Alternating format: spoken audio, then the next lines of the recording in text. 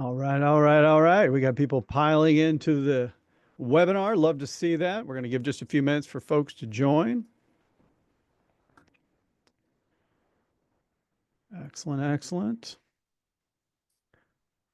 Welcome to the Perspectives webinar series. Again, just going to give people a quick second to join, and then we're going to get started. While we're waiting, I thought we could have one of our fun icebreakers. Today is National Hot Sauce Day.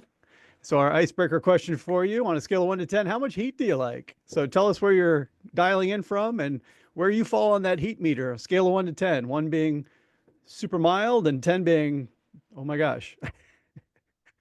Ray comes in from Rhode Island with a 12 coming off the top ring rope. Look at this. A -1. See, we got quite a range here. I love this. Four Collins, I'm seeing a couple 10s, a bunch of 2s, maybe an 11. Whoever made up National Hot Sauce Day? Can't even believe it. 7s and 8s. Somebody's very precise with an 8.5. Like that. Look at all these. Minnesota, Dallas, Missouri. Missouri had a 20. Is that possible? Scale 1 to 10? Holy cow. Zach, you've got some experience with hot sauce, I know. Oh yeah, we were just talking about for anyone that knows Hot Ones, the YouTube Mhm. show. We did a version of that at the office, and I'm still recovering. It was about a month ago, but that 10, the last dab, I think it's called. It's no joke. So be careful. I mean, it's a fun spectrum, but careful on those last couple. Yeah, and I'm recognizing now that I should have asked a scale of 1 to 10 question when a cold snap is gripping the nation, because a lot of people I think are putting in their temperatures, which you're also welcome to put in that if you'd like. It is cold in some of these places. We got just one more second here. We're going to go ahead and get started because I'm just excited about this panel. We're very well attended today. I think it's a super important topic and it's a great panel. So I'm going to go ahead and get us started here by introducing our panelists. I, of course, Matt Pepsel, your godfather of talent optimization, host of the show. But more importantly, let's move on to our panelists. We'll start with Rosie Ward. Dr. Rosie Ward is a fierce advocate for humanity who is sought after to help revolutionize workplaces that free, fuel, and inspire people to bring their best selves to work and home each day. She serves as CEO and founder of Salveo Partners, which was awarded the 2024 Stellar Business Award for Best Business Consulting in the United States, and focuses on future-proofing workplaces by helping organizations and leaders more effectively navigate change and disruption. Rosie, it's great to see you again. Thanks for being on the panel. Thanks for having me. Good to be here. Next, we'll move on to Dave Munsell. Dave joined Liberty Mutual Insurance's HR development program in 2010 and has continued to grow and develop with the company across multiple HR disciplines. As a fun fact, Dave was a Peace Corps volunteer in Mali, West Africa for over 2 years after graduating from college, and he even spent a Christmas Eve camping outside Timbuktu. Dave, thanks so much for being here. Happy to be here, Matt. Thanks. And last but certainly not least, we have Zach Gulinello. Zach has been with the Predictive Index for 4 years, including the last 2 on the people operations team, overseeing all aspects of employee experience. And before that, he spent 5 years with the Boston Red Sox, working his way up from human resources intern to manager of Fenway Park Tours. Zach, great to see you. Thanks for being here. Thank you, thank you. Excited to be here. Awesome. Well, we're going to go ahead and pop into our slides, and we're going to start with just a quick little bit of housekeeping. The webinar is being recorded, and we will include a link in the email that follows up after in case you miss anything you want to share with your coworkers. And we're going to have an audience participation toward the end of the show. And so if you have questions for our panel, you're going to want to use that Q&A function inside of Zoom. If you put it in the chat, as I always like to say, we might see it, but if you put it in the Zoom Q&A, we will see it. And we'd love to have your questions posed to the panel at the end.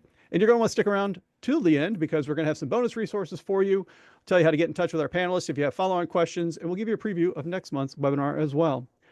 Next, we want to do a little bit of scene setting, I would say. We've got our headlines here. And I was just looking at my own feed here on LinkedIn, and I see these headlines like these that talk about hiring is surging, job confidence is low, and then at the same time we have this big tension between return to office and different companies landing in different spots on this. And so it's creating a lot of pent up potential for people to move around. So we thought this would be a really important topic for us coming into a new year. Some employees naturally get a little bit itchy. Sometimes companies pay out bonuses in January and then they start seeing people start looking for the door. And even in my own news feed, just for as I was looking on Google, you start to look at things like fear and fatigue. You hate to see that. Or employee turnover is preventable. Or on the plus side, how when HR uses engagement data, these types of things, then, we can boost productivity and retention, which is awesome. So it's clear that we have an opportunity as HR professionals and as people-minded business leaders to do something about, be proactive about it. And that's why I'm just so excited about this panel. So we'll go ahead and keep moving here through the slides, and we're going to try to get some of your take on this. We have a Menti poll. You'll see a link in the chat if you want to click on the link, but if you've got a magic phone, you want to point it at that QR code, you can also use your mobile device to get over there. Or menti.com. You can see the numbers on the screen as well and in the chat. And we're just going to see what you as an audience have to say in this anonymous poll. And the first question, how worried are you about key personnel departures in 2025? And we'll let the answers build here, and I'll ask the panelists also to weigh in if they've got any reactions or any surprises with what you're seeing. I know, Rosie, we seem to have a pretty clear answer here for our most Well, I will popular say vote. I'm excited that in a selfish way as an employer, I'm excited that a key personnel from company is going to be leaving because we might be able to steal that person on our Oh, team. there you go. Yeah, it's So I will opportunistic. I say, like there that. you go. I like that. Yeah. And the others are not getting quite as many votes, but a little bit spread out. It's nice to see the 14 people are really secure with their team members, right? So saying we're not at all worried. And we've got obviously the most votes coming in. It's got our attention. I think that's probably certainly the most common thing that I hear as well. It's going to be a problem. This is like, we know it's going to happen. We're just trying to brace for it. And then my fun little answer, heck, even I'm looking right now, which is a little tongue in cheek, but definitely understandable, right? Because of a lot of what's going on out there.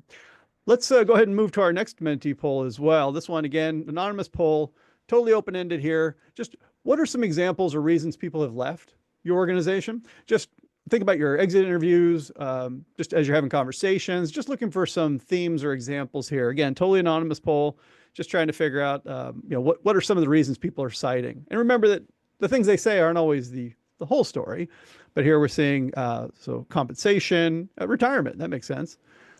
New job opportunities, yep. Haven't had any regrettable attrition, that's good. Burned out, yep. Managers, doggone managers, yep. Cost of living, yeah, it's hard to do that. A dream job popped in their lap, nice. A favoritism, ooh, that's not great. That's certainly something we don't see that often, but could understand that. Feeling they're not valued, right? Yep. Leaving managers, flexibility, acquisition, yep. Family owned, yep. Okay. All right. Well, you keep your answers coming in. I won't belabor the point, but thanks so much for giving us that insight. It helps us to understand a little bit about where you're coming from, and we try to incorporate that as best we can, both in the panel and in the Q&A. So we'll go ahead and get started with our panel now. I'm really excited, or I should say, sorry about that. We're going to go to talk a little bit about the talent optimization framework. I always like to just kind of center us back on this again, where in order to pass from business strategy to business results, we have to go through the people part in the middle. Whether we're designing winning teams, hiring top talent, inspiring people to greatness, or diagnosing our people problems. And clearly, all of these things can affect retention. If we don't hire for fit, if we don't manage the team dynamics, if we don't have that manager relationship working, or if we don't listen to employees through that diagnostic, it's going to show up in the retention numbers. So I think it's pretty clear that we've got the whole framework lit up on for this one. Okay. So we'll move into the panel part of the show here, and I'm going to get us started with this one. Before we start looking forward, which we're going to do, let's take a look back and let's think about 2024. And Zach, maybe I'll put you on the hot seat with this one, which is I'm curious what type of factors you think were happening out there in the marketplace that might have kept people in place when they might have otherwise wanted to, make a move. Yeah, thank you. I mean, I think about it from a couple of different perspectives, sort of the things that we can control and the things we can't. And I think there's a lot out there we can't control as employers and people ops, HR teams. And for me, you think about uncertainty in the world, in the workplace, like you're mentioning. And I know I've heard from a lot of people, hey, I've applied to jobs, I haven't heard back. There's some ghosting going on out there. What jobs are real? What postings can I expect to hear from a person on? And that scares a lot of people, and it's hard to know where to go, what to do. And so I think about what can we control, and I'm hoping that people stay put because they're getting that positive energy from their companies. And we can, obviously, that's what we're here to do today, is talk about how we can actually make sure people are staying put and we're keeping good people instead of just kind of having them not leave, right? We don't want them to just not leave. They should be wanting to be there, to be proactive about that energy. And I think that that's what we need to put out there is hopefully we keep good people and make them stay. Yeah, I hadn't thought about that much, but a lot of times, you might have family members, you might have friends that are out looking and they're like, oh, it's a mess out there. And you're like, oh, geez, I'm not 100% happy where I am, but that doesn't sound great either. Might help keep some people locked in place that way. But I'll move us forward with this one. And Rosie, maybe you can weigh in on this one. So we're about a month into 2025, not even a full month yet, and we're already seeing that job seeking activity is going up. I talked to a lot of folks who post a job, and all of a sudden they're getting just swarmed with resumes and interest in a way that they just hadn't seen before. So it's no doubt that some of the people who are listening in the audience today are going to lose some key people. I think we saw that a little bit from the Menti poll. But how do you think about the risks when it comes to if we don't do the things, for example, that we need to do?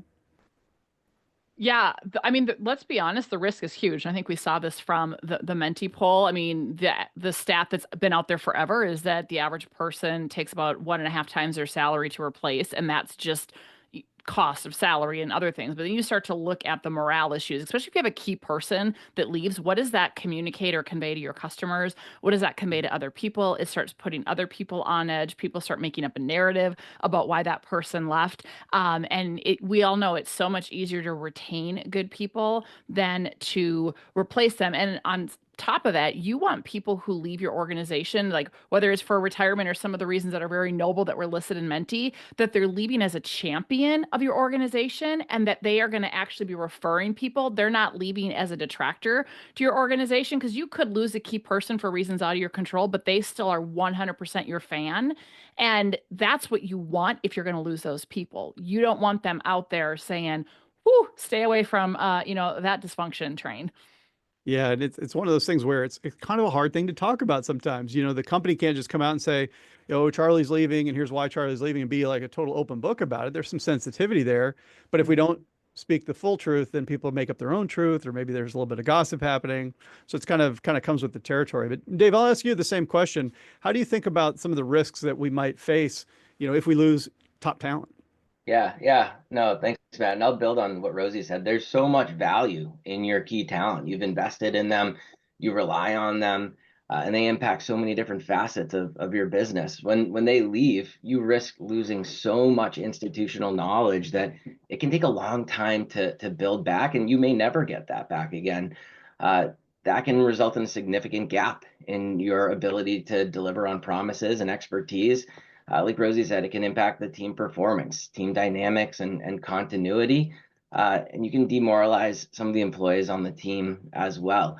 In order to not disrupt things, you want to make sure that, one, you're reducing the turnover wherever possible, and you're managing the potential for burnout. That can lead to further disengagement and exacerbate retention issues. And when you start to identify burnout issues, it's really important to get in front of that. Actually, in preparation for this panel, I was listening to another podcast, and they were talking about bringing people into the organization. Why did they leave their last organization? Did the grass look greener? And so instead of having an exit interview, you're having these, I guess they're kind of like stay interviews. You're talking to people as soon as they come on board and trying to understand why they left their last role. That way you can start to understand what some of those impacts were, and then you can get in front of those and address them before you're creating that same exact experience that they may have encountered at their last company. Yeah, I like that a lot. I had not really thought about that, but it's almost like a transition interview saying, okay, Yeah. you're moving around. What was it? We want to make sure that, that we were able to meet whatever needs weren't being met before. And we saw pay and compensation show up a lot. And I think that it's one of those tricky things where a lot of times when we have an employee who's on the payroll, we've budgeted that amount. We know what it is. But there's also, from the employee's perspective, oftentimes there's this kind of a stay tax that if I'm going to stay, I'm not going to get a raise. So I have to go to the market if I'm going to get a little bit more money. And that's a challenging thing too for both the employer and the employee, because they may not even want to leave, but they feel kind of that they have to. And then the employer finds out, oh, geez, now I actually have to pay a little bit more than I had budgeted to replace this person. There's a lot of understandable reality tied up in our topic today for sure. But I'll ask this question, and let's think a little bit more about employee experience, because I saw this in the Menti as well. We saw everything from the manager relationship and some of these things. But Zach, when you think about employee experience detractors, like the sometimes I call it friction, that frustration that employees can feel, what are some things that can happen inside of an organization that put that employee retention that we've been talking about at risk? Yeah, well, like we're all saying, there's so many different things, and each person's going to have kind of a different opinion and a feeling. And I know we talk a lot about, put out surveys and ask questions and try to get that feedback, and that's super important to make sure that you're understanding what's going on and what can we actually identify and take action on. I think, like we said, pay looks to be one. There's growth, autonomy. I think flexibility and scheduling and certainly remote workforce is now a big topic. And so I think that's something that comes up a lot, and understanding, hey, why are we doing these things? Is there flexibility? And, to me, it kind of boils down to that culture aspect, and that word can mean so many different things, but it starts to permeate everything, right? You feel it in different ways. And I think if your culture starts to become a little off in one way or another, that employee experience is not going to be right. And you're going to start to see that, that tension pop up. Yeah, that's a great point. And Rosie, you're as a business consultant, you get to see lots of different client situations, which I think is always really cool to bring that into our audience as well. What are some of the things that you see as well when it comes to those employee experience things that create risk otherwise? Yeah, I'll build on what Zach said. And, we will get data. Either we have a culture survey we deploy, or we'll go do workplace assessments where we're doing interviews. And what I will say, it doesn't matter industry. Kind of the three things that have been popping up a lot more lately that I think we intuitively know, but we just, oh, it's fine, is actually employees are getting really disheartened by a lack of consistency and accountability for people actually living the purpose and culture. So if you have a defined purpose and you have defined values, but there's not deliberate practices and managers aren't walking the talk, and it's not clear of, so you have these, and maybe I was excited to come work for you because you have all this great PR and great stuff on your website, but it turns out to be what is often referred to as purpose washing, and it's not a lived experience. It's particularly disheartening for people, especially younger millennials and Gen Z. We're seeing a generational divide for sure, but even other generations, it's consistently a top detractor that shows up in our workplace assessments and culture interviews. And people just get super frustrated. They get really stressed out. And then obviously ineffective leadership. A lot of people in the mentees said people quitting their bosses, and it's leaders who don't know how to lead in this era of disruption and change. They're using leadership and management practices that maybe worked okay a few years ago, and we have to really relearn what it means to develop ourselves and our leaders in this day and age. And are people willing to do that? And so we're seeing those two things as the top things that are showing up. You'd think, oh, people don't want to be held accountable, but think about it. If you're busting your butt at work and you got coworkers that, again, maybe they have stuff going on, but you make up a narrative of they get away with everything.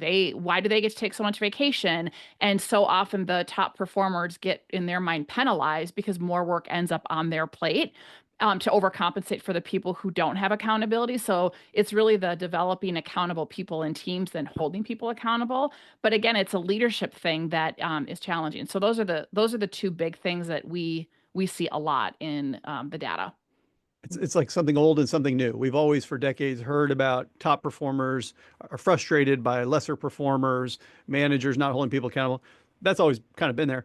But when it comes to the newer part about the purpose washing, the impression management that companies go through to try to make it really seem like all these great things that we're doing, which is fine, but we have to be authentic about it. And we have to make sure that people, feel that in their day-to-day work. That's newer, as you mentioned, not just generationally, but we've seen that and talked about on this show too. Post-pandemic workers feeling like, hey, I understand and I look at work differently than I used to. So it's important to me that I work for that my life energy goes into work that matters, and I think that's a key consideration. But Dave, for you, the same thing. When you think about these employee experience detractors, what are some things that unfortunately can rear their head that can kind of bite us a little bit? Yeah, yeah. I got a couple thoughts about that, but going back to what Rosie just said about purpose washing, it just sparked a thought where, as HR professionals, we often have access to the most senior leaders in the organization. And we have a really unique responsibility that, is that whole concept of if you see something, say something. If you see one of the leaders not living the values, we have that unique responsibility to step up, say something, and coach that leader, because that can reverberate across the company. And you want to drive that consistency and create a really strong and meaningful culture from the top all the way to the bottom, which It leads into the first thing I was thinking around just ineffective management can really erode trust and loyalty. And managers who fail to communicate effectively, they fail to support their teams, they don't provide quality feedback in a timely manner, or they don't foster that collaborative environment. Employees can really feel alienated, and that can lead to higher turnover rates as well. Mm. And we want employees to have career advancement opportunities. Without those, that can be a serious detractor for them. When they feel stagnant, they may look elsewhere. Again, going back to the grass is always greener. And then getting back to the poor work-life balance, we want to make sure that people have the time and the capacity to do what's needed, and also have time to focus on themselves as well. Everybody's got lives at work, and everybody's got lives outside of work, and we've got to realize and recognize that everybody is human and has needs. There's so many great things. Matt, can I build something on please. what Dave just said and what you said earlier with like the not the stay interviews, but almost like the onboard interviews? I think that there's also an opportunity, whether you want to call it a stay interview or Yeah. you're interviewing people in their first 60 days, 90 days, whatever that period is, to actually ask them, where are you seeing our purpose being lived? Where are you seeing our values in action? And what does that look like? And where is there a disconnect for you? Because they have fresh eyes.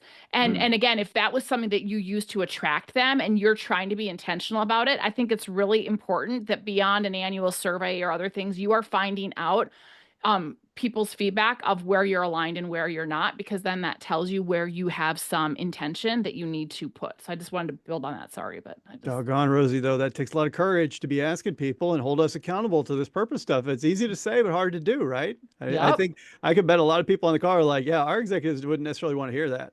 And unfortunately, it does show up in the numbers. And I think a lot of times, to your point that you were making, Dave, we do have that opportunity, that responsibility to sort of hold up a mirror and say, we put things in our break rooms and our coffee mugs, but we're not living them. And it's costing us and it's hurting us in the wallet when it comes to all those economic numbers that you shared at the top about the cost of turnover. I think a lot of times as executives, I know when I go through all these different types of fancy trainings, we don't talk a lot about the cost of that problem, which is the things that we could be doing but aren't in order to make the economics work. We talk about everything else. So it's pretty it's important stuff, and I think that the challenge also build on one thing that you said, Dave, which is around the career pathing, making sure that they see opportunities to either at least learn new skills, if not actually be upwardly mobile.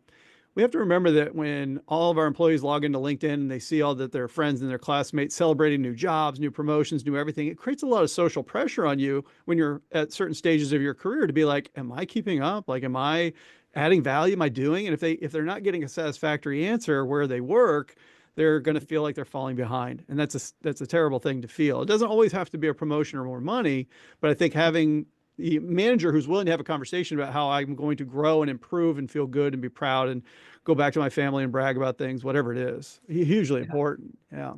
But we've talked a lot about sort of we've set the frame very well. And I think a lot of the audience is like, yes, okay, let's please get to the strategies. What do we do about it? So we can do that. And in this next section, what I'd love to do is I'd like to remind us all of what I call the optimal outcomes. So we always say, what are the things that we need to see for every individual, every team, every organization?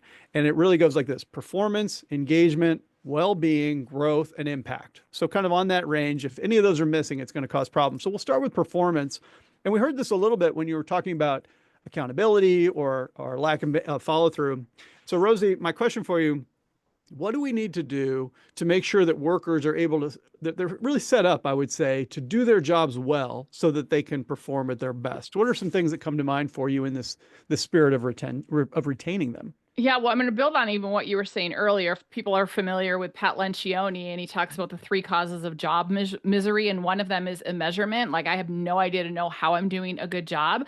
Irrelevance, like it's not connected to, I don't know how I'm making a difference or how I'm connected to the bigger purpose. And anonymity, you don't know me as a person. And so if we think about remedying those 3 causes of job misery, you go back to irrelevance. Like, are we connecting people's work back to the bigger picture? How does this help further our purpose? How does this help help us move forward really key strategic objectives. So often people are like, I don't understand the value behind this. So we need to be really deliberate. I had a CEO on my podcast who said that he views that his role is to be a chief reminding officer, that we've got to regularly remind people more than we think, right? Here's why we're doing this. Let's hold that, like we call it a lighthouse. Let's hold that lighthouse up.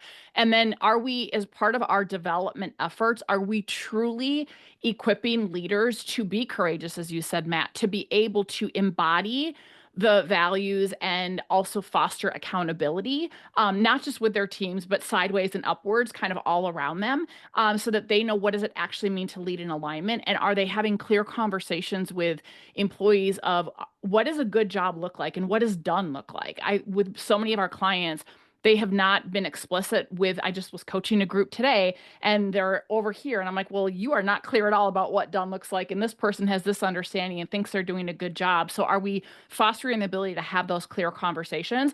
And then obviously speaks to predictive index, but we also use like the 6 type of working genius and YOS discovery, but beyond the job description, do you truly know what work lets people sparkle shine and lets them come alive on a team? And can you help them move beyond that job description and add those gifts and talents and stretch themselves and add value? And if we're not going beyond that, that also is a missed opportunity. Yeah, and I think sometimes I always talk about the things that we should expect our managers to do, and certainly our executives to do, are things that are fast and free.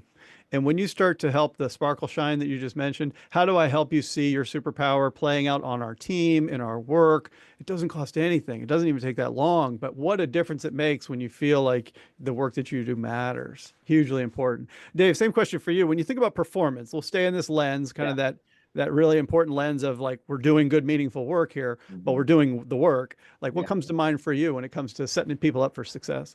Yeah, there's so many different ways we can take it. And I like to think about setting those clear expectations and providing resources up front. We want people to know and understand what it means to meet and exceed those expectations. Leaders should really be defining those specific attainable performance goals and reviewing them, at least annually to ensure they remain relevant. Rosie mentioned too of tying those goals to your vision, to your purpose, to your mission, and that can be really tough, especially as you get much more granular in your organization when people are doing administrative tasks. How exactly do you tie that to our vision and our mission and our lofty goals? And it's hard work, but it's worth the effort at the end of the day to be able to do so. And through this, you have to have really open communication between your leaders and your employees. The leaders should really schedule regular one-on-one meetings with their employees, and these can be weekly, they can be bi-weekly or monthly, depending on the complexity of the role. And these meetings, they serve as an ideal platform for providing feedback 2 ways, discussing development opportunities, identifying different training and skills needs, and just building those relationships that are going to be core to retention. And I would also make sure that employees have ownership of the agenda. They want to drive the agenda with their manager, and they should know what this means. As a manager, hey, this is your time. You bring me topics. I'm not going to bluster. I'm not going to tell you things you already know. I want to hear what's important to you. If you want to talk about family, if you want to talk about friends, your ski trip, like let's talk about that. We're going to talk about business and whatnot, but it should be a good blend of that as well. And through that, you'll have channels for feedback, and you'll encourage that open dialogue between employees and managers. And hopefully with that, you can start to address and identify some of the barriers to performance. You can foster an environment where employees feel supported and they're empowered to succeed as well. Yeah, my fear is that I think a lot of people on the call would be probably shocked and frustrated and sad even about the way that an average manager approaches a one-on-one. Yeah. Because it doesn't always look the way that you just described, Dave, which I endorse wholeheartedly. And I think that the managers play such a pivotal role. We saw it in the mentee. It's just popping off in the chat. It's just true. But I think more needs to be done. They're not magical people who just know this stuff on their own. We have to help them. But I'll shift us a little bit more towards something else, which is around collaboration and around teams. We've seen this shift towards collaborative team-based work, and I always say to my clients, that the most interesting yet dangerous form of work is team-based work, and it really comes down to team dynamics. And so, Zach, I wonder if you might tell us. We've been talking about performance. We'll stay on this for a second, but how do we make sure that teams and the team dynamic is really set up to help us perform at our best too? Well, I got to start with PI design. Come on now, that's what I'm here for. But jokes aside, we talk about it as a great tool. It's really one of my favorite things to look at, the team discovery aspect of it, because you put everyone in the map and you understand visually where everyone is kind of their strengths are and how we can fill those gaps and make sure that everyone is aligned on what we have to do and objectives and goals like that. So that's just kind of an easy answer right off the bat. Is it's a tool that we love, we promote, and we use all the time. And like I said, it's if I had to pick a favorite module, maybe design, but they're all my favorites, right? Of course. But I also think about team dynamics and Dave was sort of saying build relationships, right? And so I don't know that this is the reason why everyone is sticking at PI, but for me, we talk about events, and the Office Olympics is one of my favorite things. It's kind of my baby here, one of the big tentpole events that we do. And so, to that point of building relationships, we have so many people come in as a remote first company. We do sort of this all hands on deck. Everyone comes to the office once or twice a year. And the Office Olympics it's competitive, but it's really collaborative. It's team building, but it is folks from different parts of the organization working together. We match folks up from different teams that don't interact. And I think there's something to be said for if you can do it virtually too. We've done that virtually. Shout out to our team that put on a month-long event a couple years ago. And so stuff like that, like I said, it's maybe not the end-all be-all, but it goes a long way to build relationships, that team dynamic. You're running laps, you're solving puzzles, you're doing scavenger hunts, and I think it can make things feel fun. It can make it feel like not just work for that one day. Take a break, have that kind of reset, and say we're in this together, and we can do some really fun stuff that isn't just that bottom line thing. So it's just one example. We have all kinds of fun events that I love to be part of, and like I said, it's sort of my baby. I had to talk about it a little bit, but I encourage folks, if you can do those things and get people outside of their bubble, outside of the work for just one day or a couple days, it goes a long way to build those relationships and foster that teamwork, I think. Yeah, I think we undersell sometimes how much out of the mainstream type of work that teams do together can really impact the way that they do their work too. And it doesn't stop short of a shut down the company kind of Olympics thing too, but there's lots of different options. But Rosie, I want to get your take on that as well. Same question around team dynamics. What pops to mind for you?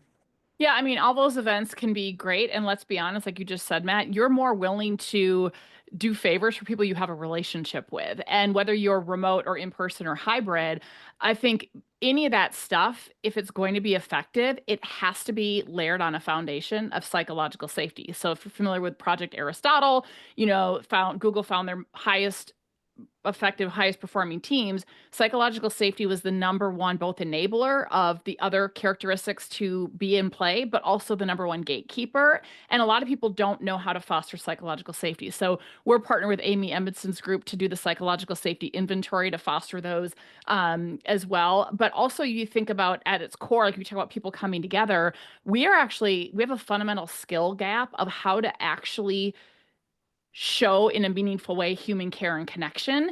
So 80% of people will say, yeah, I feel like I can see people when they struggle, but the same amount of people will say people don't see me. And so Jen Marr in Showing Up does really great work. We're facilitators of theirs, but it's actually equipping teams of how do you actually get out beyond your phone, especially like Gen Zs who grew up with it in their face and they don't know how to they haven't built the skills a lot. If you look at there's books like The Anxious Generation, and there's a lot of stuff out there on just this gap in the mental health problem that's coming in to our workplaces because every time you have a free moment, you're in a device.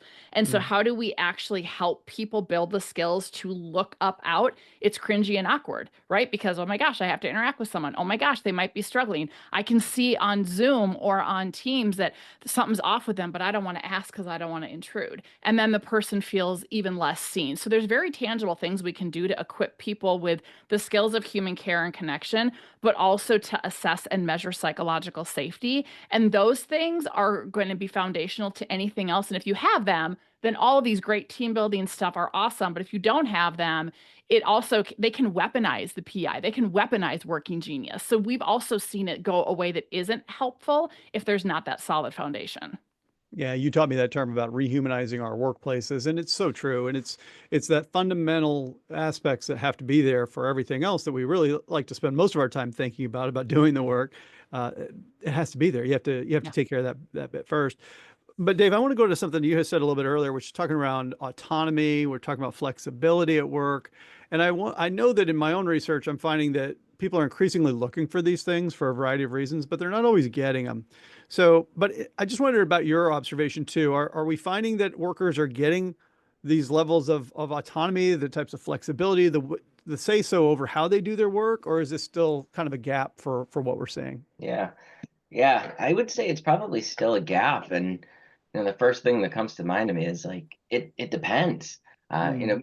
We see the direction that say the government is going, and companies tend to follow what the government does. And so, just I think this past week, remote work was eliminated from government jobs. And so, how will that reverberate across private and the public sector in the future as well? And so, post pandemic, companies have gone either hybrid, or they've doubled down on in-person work, or many have doubled down on staying remote as well. And I think employees are making decisions for what makes sense for them as well. And flexibility it's a competitive differentiator in today's market. And I think companies need to be clear in their expectations and really help employees understand the why of that decision as well. And I can say Liberty Mutual has gone to a hybrid environment. We are requiring people in certain offices within a certain geographic location to be in two days a week. And we survey our employees and we take feedback. And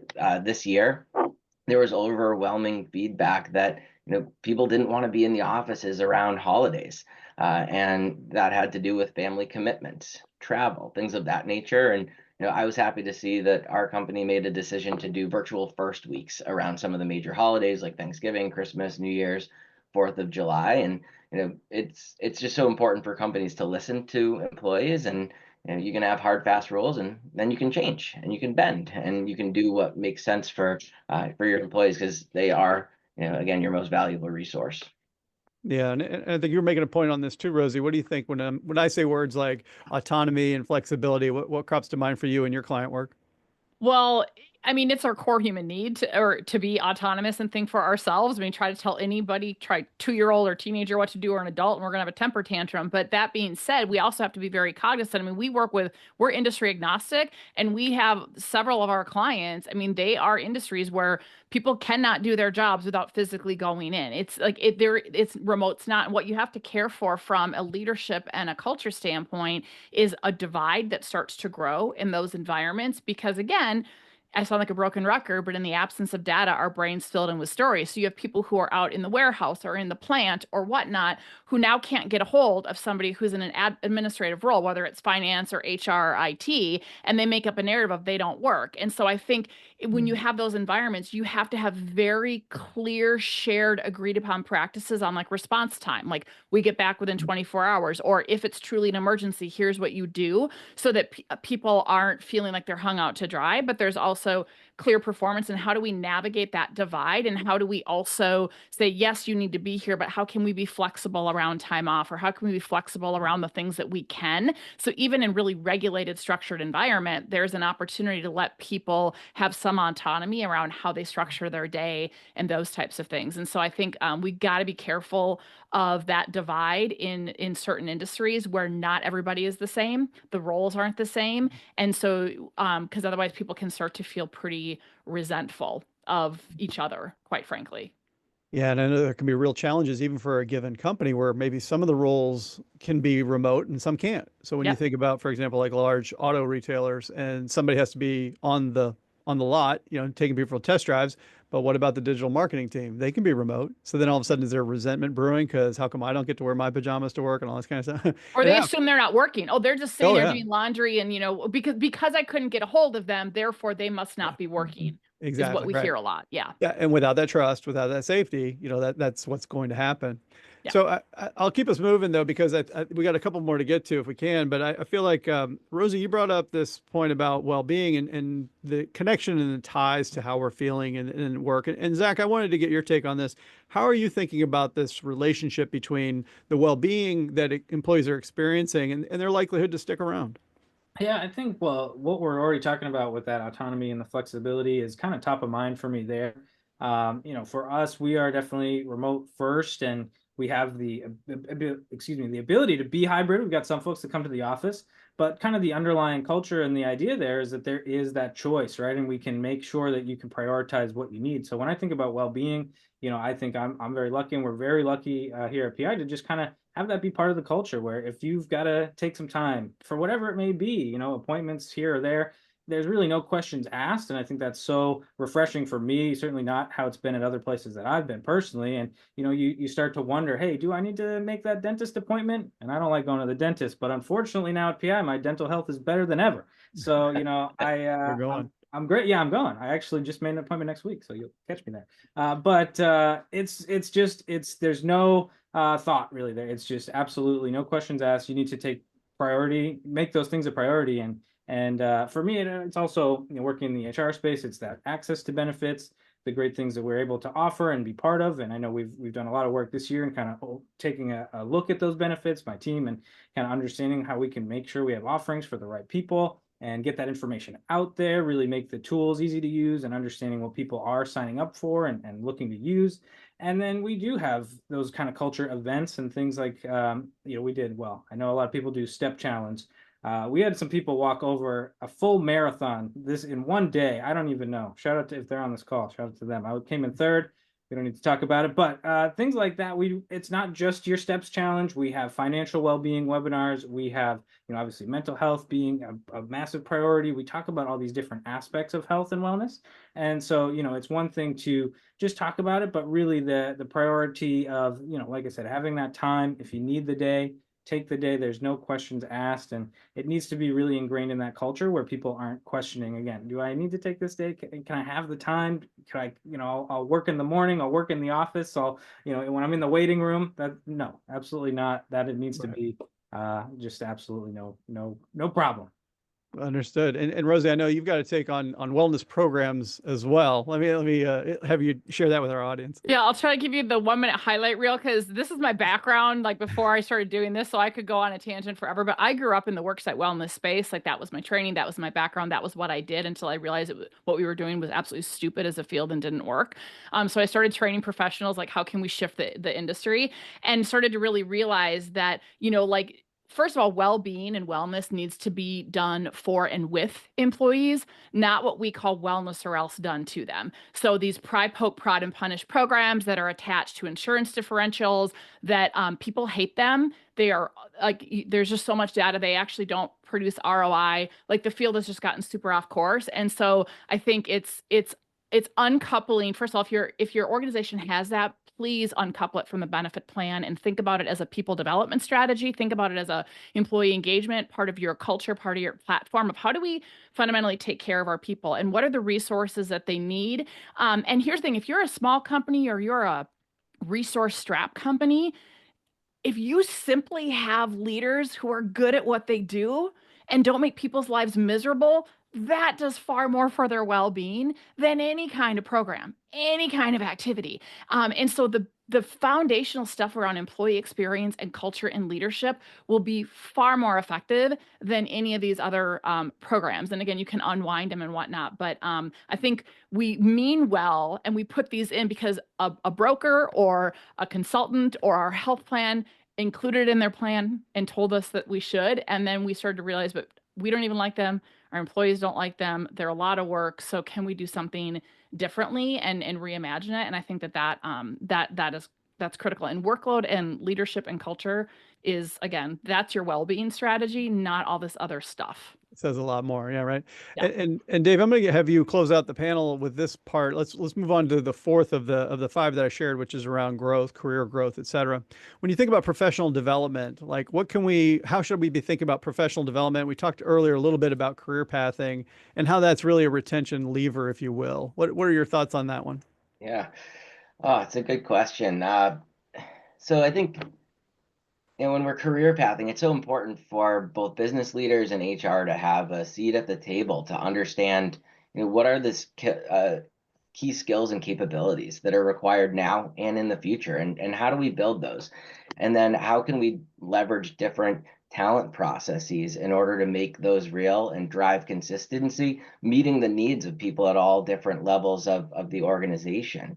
One thing I think about is considering growth and development planning, and there's the basics of the 3 E's: education, experience, and exposure. And so we should be spending the majority of our time on experiences, actually doing the work. Might be in a short-term assignment, it might be in a special project.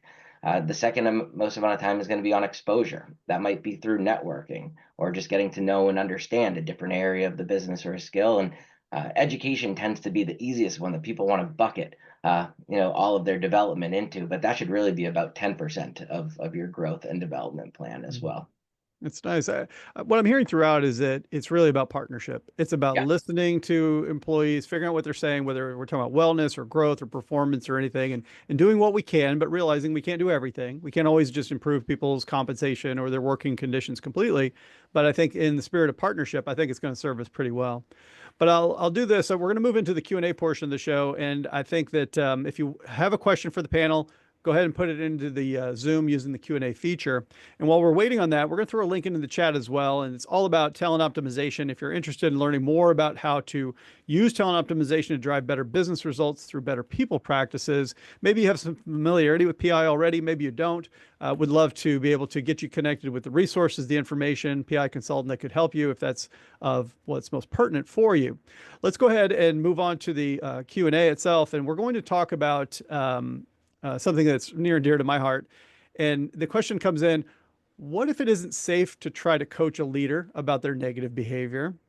So we've got a boorish leader at this point. What if it doesn't feel safe to do that? I know we have an opportunity, if not a responsibility. Which of the panelists, maybe Dave, if you want to get us started with that one a little bit, like how can we approach this type of a potentially charged situation? Yeah, that is a tricky one, Matt, and whomever asked that question as well. And I would say you should always tread lightly. You should test the waters. You should get to understand some of the different dynamics that are associated with this leader, and be open and honest with them, and talk about the importance of feedback and why we're providing feedback, and get them comfortable with the fact that you would like to share feedback with them if they're open to receiving it as well. But I would kind of lay myself out there in terms of why I'm having this conversation with you and what I hope some of the outcomes could be. Yeah, good one. Good one. How about this one? We're running a little tight on time, so we'll treat this like a speed round, if you will. Here's one. How do we help all of our factory workers feel like they're heard and that they matter at our company? So now we don't have all roles are not created equal, perhaps, but any one of the panelists want to hop in on how do we help factory workers in this case feel like that they're heard and they matter? Do a really good listening session. So if anyone's familiar with Bob Chapman and Barry Waymiller, I know him well, and he invited me in to sit on some of his listening sessions, and they're manufacturing. And what he does really, really well as CEO of, global $3-4 billion company is he goes around and does 25 locations every year and does listening sessions with about 20 employees, and they're focused. Otherwise they become a gripe session, but asking very specific things. And then you got to do something with that feedback, but specifically getting time with a senior leader where he's fully present, an hour, hearing them, having that does wonders. And they are well studied and known by McKinsey and others for how they infuse love and care into a non-fuzzy industry of manufacturing. So I would say listening sessions of any kind, but especially factory workers or, drivers or people that are out in a warehouse or that, typically don't get to do some of this stuff. Yeah. Let them know they're valued and listen to them and do something with it. Golden. Huge. Yeah, where I started off my career with military background in the Marine Corps, they would say if you're not in infantry, you're an infantry support. Not very thankless job, but everything that flies, everything that floats was all in support of them. I look at the same way when it comes to factory workers. Like without them, we don't have anything coming off the lines. We're not in business, period. Yeah. If we are successful at selling, great. Now we've got more resources to put into the line to be able to improve the product quality, to all these things. So it's really about a mindset shift. And I love that example about getting the leaders to, pay attention and to spend some time. How about this one? We have, do you have a template for managing both one-on-one and team meetings? That's a good one. Well, I got to plug PI Perform, of course. We've got a lot in there that is helpful, and it's certainly something that we're using all the time, certainly in our one-on-ones, making sure that it's all about communication at the end of the day. And whether you have that tool or not, you can certainly set up, a Google Doc, any shared kind of space, just make sure that if you have those one-on-ones, team meetings, anything, sort of, you know, what Rosie's saying, listen, communicate. Really, there's no excuse to not ask those questions, and make sure that kind of both parties are being heard. And so, you know, we'll talk about perform, but there are, you know, not to say you shouldn't be in perform, but there are other ways, you know, as long as the communication is key, then I think that's the most important part. Yeah, and I think making sure they're having them. I mean, a lot of managers aren't even having one-on-ones. That's the first big no-no. But if they have them, have it right. And I think, Dave, you got us off with a great one here, which was saying, like, let's make it about the relationship. Let's make it about the person first. Let's let them hold the agenda, the employee, not the manager. The manager can get a status update anytime they want. Yep. You know, I always like to start these with what I call the first 5 minutes. Can we take the first 5 minutes, talk about the people part? We'll always have the rest of the time to talk about the work stuff. That's fine. But I think front loading the part about how are you doing? What are you excited about? Like all this, how's the family? All this good stuff. It goes a long way, really long way. Couldn't agree more, Matt. Here's one asking about the cost of losing employees. It says, well, COA had info years ago, but does anybody on the panel have information on the cost of losing employees and then having to rehire? Like how do you make the business case for retention, basically? Well, the stat that I even just looked it up before this to see if it's still relevant that is being used is 1.5 times the salary. So obviously, the more the key employees that have higher salary, it costs more to replace them. But that's the stat that is generally has been used for years, and it doesn't look like it's changed a lot lately, unless someone else has seen a more recent stat. But I haven't seen anything differ from that. Yeah. Okay. Yeah, and I think it's always the most compelling case is going to be with your own numbers. So when Right. you think about like what are these people who are leaving, like what were they working on? What are these project delays? What's the amount of strain that the other team members now have to pick up the slack, and what's that going to cost us? Absenteeism is another one to look at. People are really calling out of work. They're not necessarily quitting because of the factors we talked about at the top of the show. But if you're starting to see absenteeism creep up, people are like, I need to take a day. That could be because they're overworked, because we've got some holes right on our team. And Yeah. you know, top talent always has a choice, and I expect that it's going to be harder to hire people because of the talent shortages we're expect to see in many industries. So, yeah, I'd say sharpen the pencil, do the numbers, but get them to focus on the fast and free things as best you can. How about this one? This talks about leadership, and we've got a very compelling question here. It talks about leadership is working constantly, sending emails at all times of night and day, putting in crazy numbers of hours. And the long and the short of this is that we have a leadership team here who's setting these unrealistic expectations around work-life balance, doesn't feel safe necessarily. How do you combat that so it doesn't really sort of become toxic for the rest of the organization? Who wants to jump in on that one?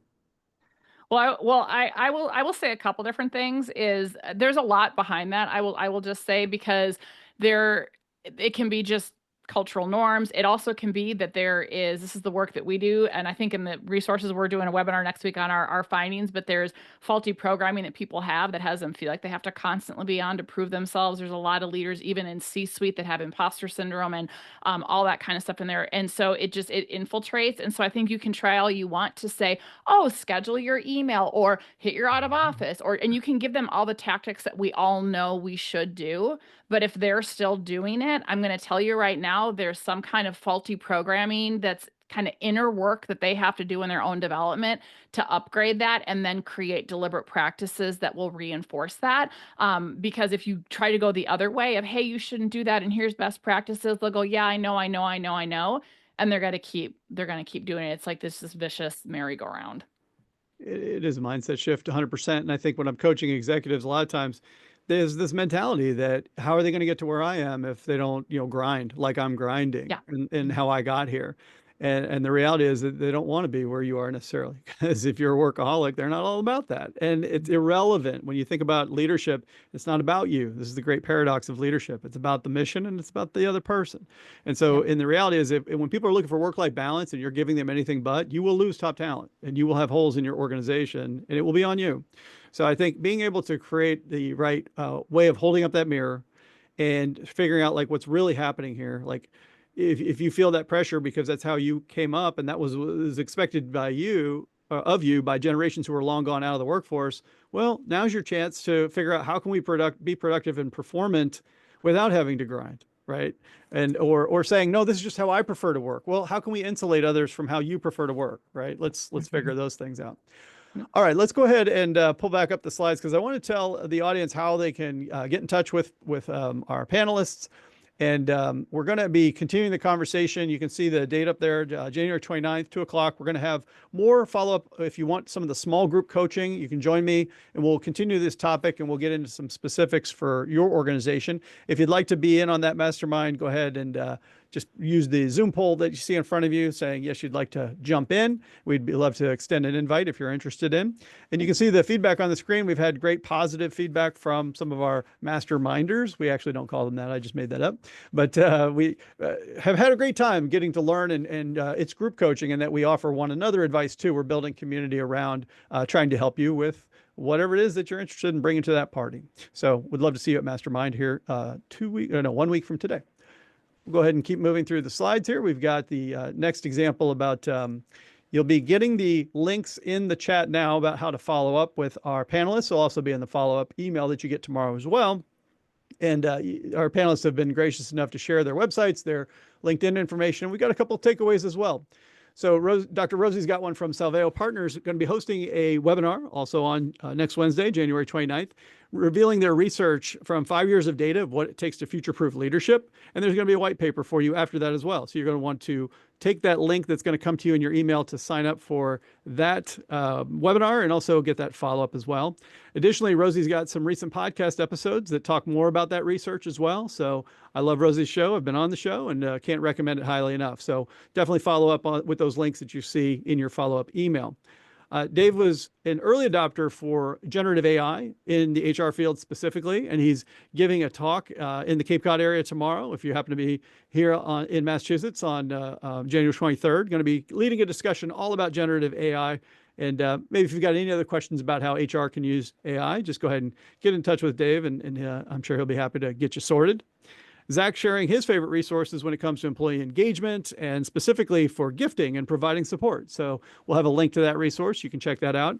And for myself, I'm calling attention to what we call the HR Field Guide to the Future. I've been doing a lot of research when it comes to the future of work. This is a nice new ebook of ours, and it talks about the forces that are reshaping our workplaces and specifically our opportunity to make sure we can help the business and help the people all at the same time. I'm going to be giving a workshop on the same topic at Transform out in Las Vegas coming up in March. So if you happen to be going to Transform already, we would love to hear from you. There's going to be a brief survey that comes. We'd love to be able to say hello if you want to stop by and if you're in town. And it's Vegas, baby. So let's do that. Next slide, we're going to talk about the book giveaway. We have a winner. Ryan Calvin. Ryan, congratulations. You're going to get a copy of my book. I'd love to send it to you after the show. Thanks so much for attending today. And then finally, we have a tip sheet for you, which is all about optimal outcomes, questions that the managers can use. Remember, we're enlisting managers. What are the types of questions they can ask to drive the optimal outcomes I talked about earlier, performance, engagement, well-being, and so on. You want to take it. I've set it up in a way that you can just forward to them and say, consider adding these to your one-on-ones. That question came up earlier. Plug them into Perform, whatever it is, whatever tool you use. That's a great thing to do. So we'll get that tip sheet to you as well. And then we hope you join us next month. We're going to be talking about how to go from hire to high performer. That's pretty cool. Successful onboarding strategies for new hires and for those people who are newly promoted. So that's going to be on February 12th at 2 p.m. Eastern time in the afternoon. Really, thank you so much for being with us today, audience. Really love having you here, obviously, and preparing this for you. Big, huge thanks to our panel, Zach, Dave, Dr. Rosie. Really, really appreciate you sharing your expertise with our audience. Can't thank you enough as well. Really enjoyed today's conversation. It's obviously a super important topic. So we'll let everybody scoot off to their next meetings. But thanks again, everybody, for making it possible. And we will look forward to seeing you next month. Bye, team.